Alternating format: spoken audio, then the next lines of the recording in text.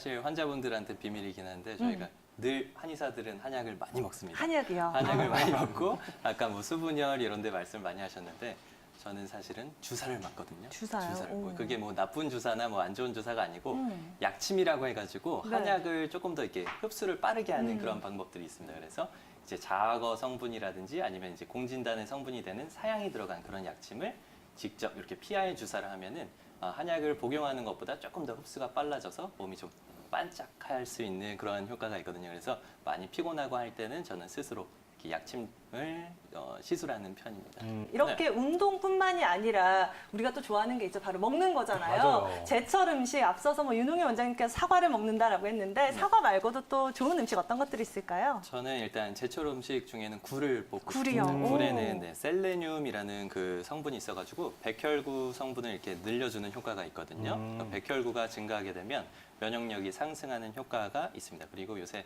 사실 유산균이 굉장히 핫하거든요. 네. 그래서 그쵸. 김치나 뭐 청국장 같은 거 아. 그런 데에 들어있는 유산균을 많이 섭취하시는 것도 면역력을 증강하는 데 도움을 줍니다. 네, 또 많은 분들이 이렇게 면역력 관리라든지 몸의 관리를 할 때 영양제도 굉장히 많이 챙겨 드시는 맞아요. 분들도 있고 네. 한약재로 이렇게 따로 다려 드시는 분들도 있는데 이렇게 아침마다 이렇게 복용하는 것들이 아무래도 좋겠죠? 어떤가요?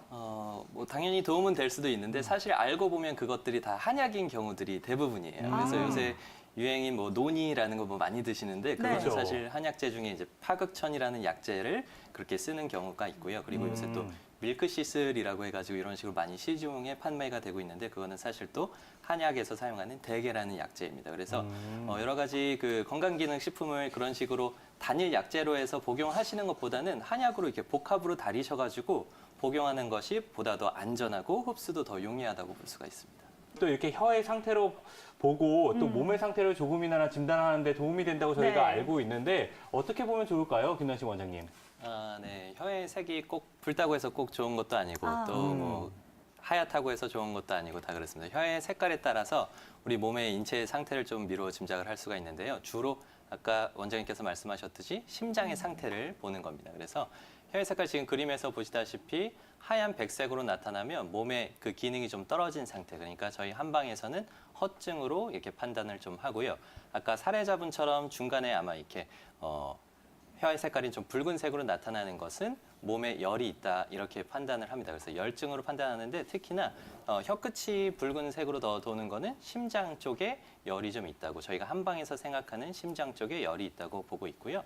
그 다음에 이제 자주색 혀가 나타나는 경우는 이제 주로 이제 죽은 피라고 말씀 많이 하시는데 순환이 좀 저해되거나 몸에 있는 나쁜 피가 있는 걸 저희 한방에서는 어혈이라고 얘기하는데 그러한 경우에 저런 자주색 혀가 나타날 수 있다고 보고 있습니다. 네, 혀의 색깔에 따라서 내 몸 건강 상태를 파악할 수 있다. 꼭 참고해 보시기 바라겠고요. 앞서서 우리 윤미나 원장님께서 치흔이라고 간단하게 설명을 해주셨잖아요. 그렇죠. 김남식 원장님, 그렇다면 이 혀에 치아 자국이 있는 이 부분 어떻게 생각하면 좋을까요?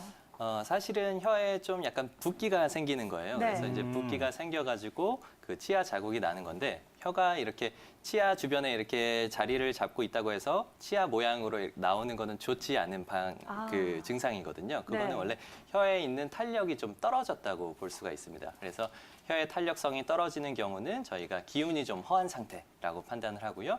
혀가 기본적으로 좀 부어 있는 상태는 위장 쪽에 이렇게 담음이라고 해서 불순물이 있는 경우. 그리고 아까 사례자분 같은 경우는 혀의 끝의 색깔도 좀 빨갛고 그리고 좀 이렇게 화병이나 이렇게 스트레스가 있는 경우에는 혀에 좀 힘을 주는 습관이 좀 생길 수가 있거든요. 그러한 경우에도 이렇게 치은설이 생길 수가 있습니다. 김남식 원장님은 이 지유 어디에 많이 사용하시나요?